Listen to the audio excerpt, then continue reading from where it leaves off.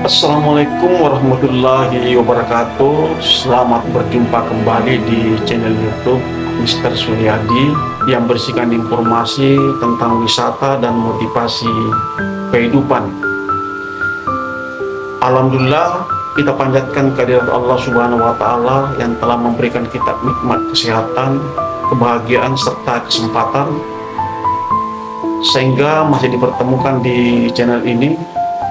Tak lupa juga sholawat dan salam kita aturkan pada junjungan kita Nabi besar Muhammad SAW beserta keluarga, para sahabat, hingga kita umatnya.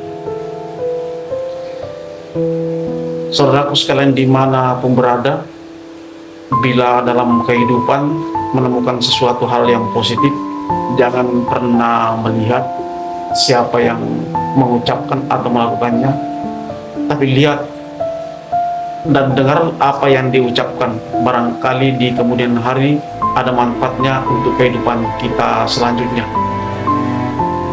Untuk pertemuan kali ini, saya akan mengangkat tema yaitu kisah para nabi sebagai salah satu bahan pelajaran atau edukasi pada generasi mendatang agar tidak buta dengan sejarah, terutama yang menyangkut tentang kaum muslimin. Untuk pertemuan ini akan mengangkat kisah Nabi Sulaiman. Untuk mengetahui kisah lengkapnya, silakan disimak video berikut ini sampai tuntas. Let's go.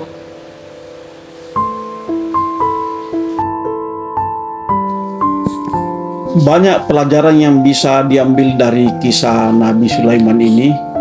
Allah Subhanahu wa Ta'ala menganugerahkan kelebihan kepada setiap para nabinya. Salah satu yang dianugerahkan mukjizat yaitu Nabi Sulaiman alaihissalam. Nabi Sulaiman adalah putra dari Nabi Daud alaihissalam yang memiliki sikap bijaksana. Daud merupakan raja Israel yang bijaksana dan Nabi Allah Subhanahu wa Ta'ala yang mulia. Nabi Sulaiman mewarisi sikap bijaksana dari ayahnya yang mampu memimpin suatu kerajaan besar. Tak hanya memimpin umat manusia tapi juga jin. Nabi Sulaiman diberi mujizat oleh Allah Subhanahu wa Ta'ala, yaitu bisa berbicara dengan hewan. Berikut kisah Nabi Sulaiman yang dikutip dari myislam.org. Sulaiman adalah putra Nabi Daud atau David.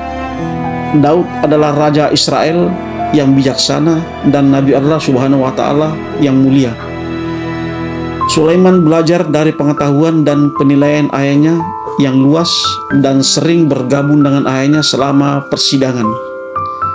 Dia adalah seorang pengamat dan belajar darinya dan kadang-kadang berkontribusi dalam diskusi. Suatu hari Nabi Daud memanggil 19 putranya di depan para pemuka dan cendekiawan kerajaannya. Dia kemudian mengajukan pertanyaan-pertanyaan berikut. 1. Benda apa yang paling dekat atau terdekat dengan manusia? 2. Manakah yang terjauh? 3. Manakah dua hal yang melekat satu sama lain? 4. Apa hal yang paling menakjubkan? 5. Dua hal mana yang tetap tidak berubah? 6. Manakah dua hal yang selalu berbeda? 7. Manakah dua hal yang paling bertentangan? 8. Apakah perbuatan yang hasilnya baik? Kemudian 9. Perbuatan apakah itu yang akibatnya buruk? Anak-anak Nabi Daud menjadi bingung dan tidak bisa menjawab pertanyaan-pertanyaan ini.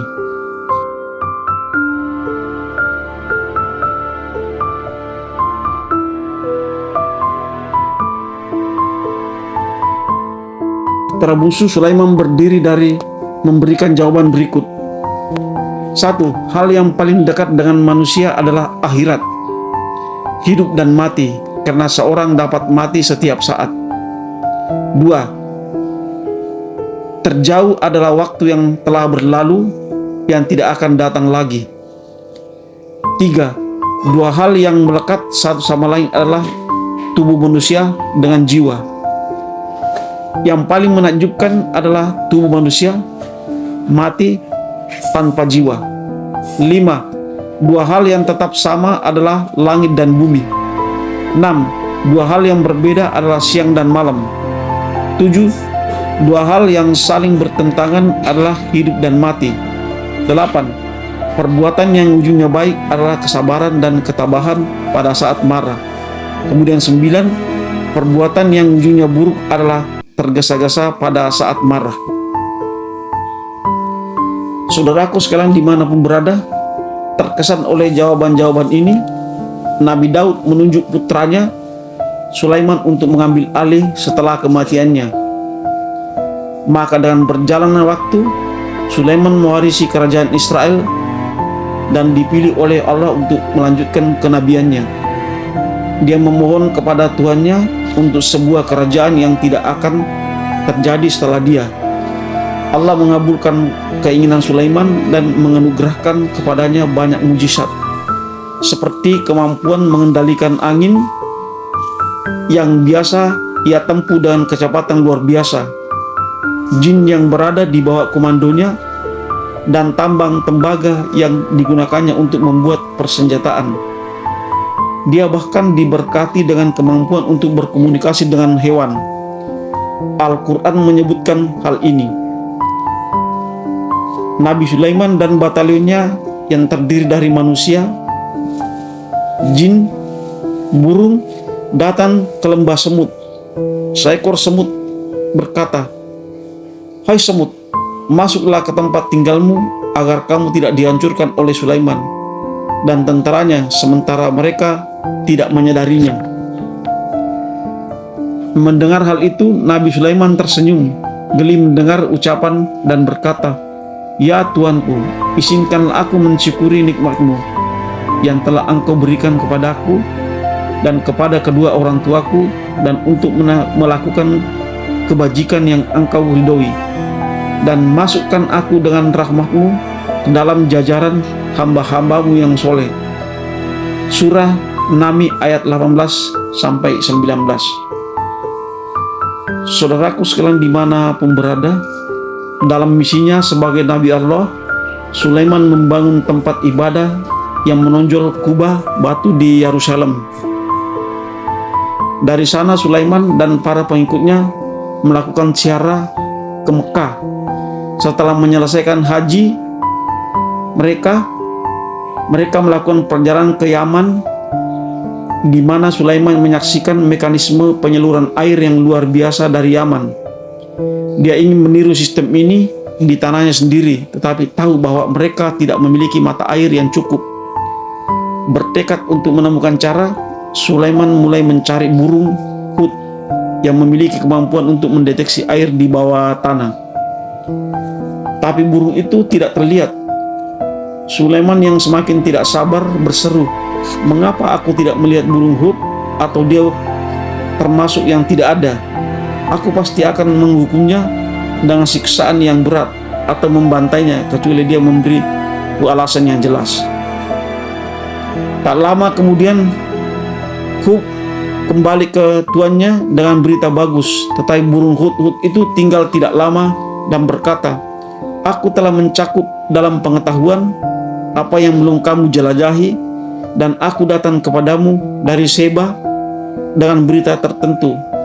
Sungguh aku menemukan di sana seorang wanita yang memerintahkan mereka, dan dia telah diberikan segala sesuatu, dan dia memiliki singgasana yang besar. Aku mendapati dia dan kaumnya bersujud kepada matahari sebagai ganti Allah, dan setan menjadikan mereka ridho terhadap perbuatan mereka dan menghalangi mereka dari jalannya, agar mereka tidak mendapat petunjuk, dan agar mereka tidak sujud kepada Allah yang mengeluarkan apa yang tersembunyi di langit bumi dan mengetahui apa yang kamu sembunyikan dan apa yang kamu nyatakan. Allah tidak ada Tuhan selain Dia, Tuhan Arsy yang agung. Surah Naml ayat 22-26. Nabi Sulaiman berkata, kami akan melihat apakah kamu benar atau termasuk pendusta. Ambillah suratku ini dan kirimkan kepada mereka. Saudaraku sekalian dimanapun berada, kemudian tinggallah mereka dan lihat jawaban apa yang akan mereka kembalikan. Surah Naml ayat 27-28. Burung Hud terbang kembali ke istana Bilqis dan menjatuhkan surat Sulaiman di hadapannya. Dia segera bersembunyi dan melihat apa yang terjadi. Selain memperhatikan surat itu, Bilqis mulai membacanya. Sungguh itu dari Sulaiman bunyinya, dengan nama Allah yang Maha Pemurah lagi Maha Penyayang. Janganlah kamu ditinggikan terhadapku, tetapi datanglah kepadaku sebagai muslim. Bilqis segera memanggil para pemimpinnya dan meminta nasihat mereka. Kemudian mereka menjawab, kami memiliki kekuatan besar dan kemampuan hebat untuk berperang, tetapi andalan yang harus memerintah. Jadi pikirkan apa yang akan kamu perintahkan. Bilqis bagaimanapun tidak mendukung perang karena mereka tidak mengetahui jumlah pasukan Sulaiman. Dia menjawab, sungguh para raja ketika mereka memasuki sebuah kota, mereka merusaknya dan merendahkan orang yang paling terhormat di antara penduduknya. Dia memutuskan sebagai tanda persahabatan untuk mengirim Sulaiman beberapa hadiah berharga melalui utusannya yang juga bisa membawa kembali informasi tentang tentara Sulaiman. Sulaiman segera mengetahui tanggapan Bilqis melalui Hub. Dia memutuskan untuk menunjukkan kekuatan pasukannya kepada utusannya. Ketika utusan tiba, semua pasukan Sulaiman lengkap dengan binatang seperti singa dan harimau, burung, manusia, dan jin berkumpul di hadapan mereka. Utusan Bilqis memang tercengang dengan ukuran dan keragaman batalion Sulaiman. Kekuatannya yang tak tertandingi sangat menonjol. Para utusan dengan penuh semangat mempersembahkan hadiah Bilqis kepada Sulaiman dengan janji persahabatan. Sulaiman menjawab, maukah Anda membantu saya dalam kekayaan? Apa yang diberikan Allah kepadaku lebih baik dari apa yang Dia berikan kepadamu. Tidak, kamu bersukacita atas pemberianmu. Sulaiman kemudian menoleh kepada utusannya dan menginstruksikan, kembalilah kepada mereka. Saudaraku sekalian dimanapun berada, sungguh kami akan datang kepada mereka dengan pasukan yang tidak dapat mereka lawan, dan kami akan mengusir mereka dari sana dengan kehinaan, dan mereka akan direndahkan. Terkejut, para utusan segera kembali ke ratu mereka dan menyampaikan pesan Sulaiman serta menceritakan keagungan kerajaan Sulaiman. Bilqis memutuskan untuk bertemu langsung dengan Sulaiman bersama para pejabatnya. Setelah menerima berita ini, Sulaiman memutuskan untuk menunjukkan kepada Bilqis dan pejabatnya kekuatan mukjizat yang diberikan kepadanya oleh Allah. Dia bertanya kepada pasukannya, siapa di antara kalian yang bisa membawaku takhta Bilqis sebelum mereka datang kepadaku, menyerahkan diri mereka dalam ketaatan? Ifrit, salah satu jin yang kuat, segera menjawab Nabi Sulaiman, aku akan membawanya kepadamu sebelum kamu bangkit dari tempatmu, dan sungguh aku benar-benar kuat dan dapat dipercaya untuk pekerjaan seperti itu. 27:30. Namun Sulaiman tetap bungkam menunggu tawaran yang lebih baik. Jin lain yang mengetahui kitab suci berbicara, aku akan membawanya kepadamu sebelum pandanganmu kembali kepadaku. Dan ketika Sulaiman melihatnya diletakkan di hadapannya, dia berkata, "Ini adalah dari nikmat Tuanku untuk menguji aku, apakah aku akan bersyukur atau tidak bersyukur.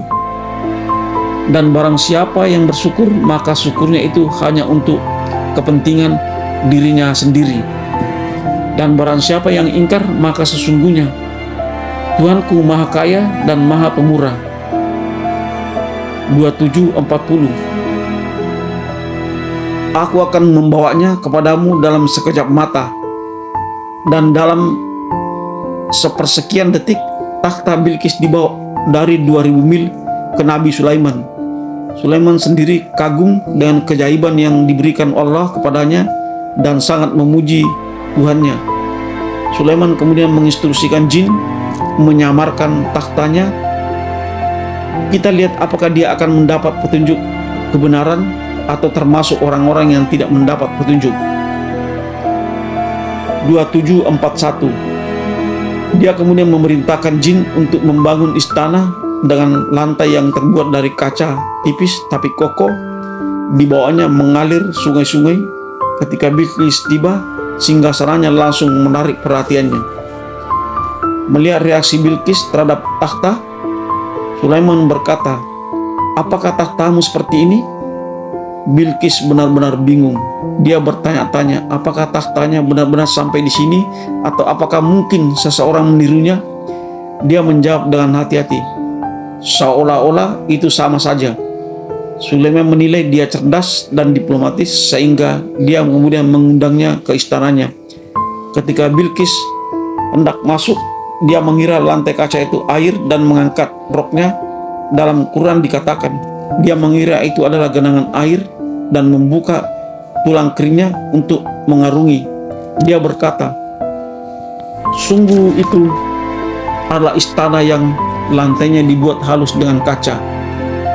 Dia berkata, "Ya Tuanku, sesungguhnya aku telah menganiaya diriku sendiri dan aku tunduk dengan Sulaiman kepada Allah, Tuhan semesta alam." 27:44. Bilqis menyadari bahwa kerajaan Sulaiman memang tidak seperti istana yang pernah dilihatnya sebelumnya. Dia menyaksikan kebijaksanaan dan kerendahan hatinya bersama dengan kekuatannya yang besar dan menerima sebagai utusan Allah. Dia bertobat dan memeluk Islam bersama dengan bangsanya. Saudaraku sekalian dimanapun berada, kematian Nabi Sulaiman hidup dan memerintah dalam kemuliaan. Sebagian besar pekerjaan publiknya dilakukan oleh jin sebagai hukuman karena membuat orang percaya bahwa jin memiliki pengetahuan tentang gaib. Sulaiman mengajarkan umatnya bahwa hanya Allah yang memiliki pengetahuan seperti itu. Bahkan kematian Nabi Sulaiman pun menjadi pelajaran dalam hal ini. Masa depan tidak diketahui baik oleh jin maupun oleh para nabi, tetapi oleh Allah saja. Sulaiman duduk sambil memegang tongkatnya, sementara dia mengawasi beberapa jin yang bekerja di tambang. Jin yang takut pada Sulaiman sangat fokus pada bangunannya ketika Allah memutuskan untuk mengambil nyawa Sulaiman. Tidak ada yang menyadari kematiannya sampai beberapa hari kemudian seekor semut lapar mulai menggigit tongkat kayunya. Saat dimakan, tongkat itu patah dan tubuh Sulaiman yang bersandar di atasnya jatuh ke lantai. Orang-orang berlarian ke nabi mereka dan segera menyadari bahwa dia telah lama meninggal. Jadi setiap orang mengetahui bahwa jika jin memiliki pengetahuan tentang yang gaib, mereka tidak akan menyiksa diri mereka sendiri dengan bekerja keras. Mengira Sulaiman sedang mengawasi mereka. Kehidupan dan kematian Sulaiman memang penuh dengan keajaiban yang darinya umat manusia dapat mengambil pelajaran yang luar biasa. Dan ketika kami memutuskan kematian Sulaiman, tidak ada yang menunjukkan bahwa jin kematiannya kecuali makhluk bumi yang memakan tongkatnya.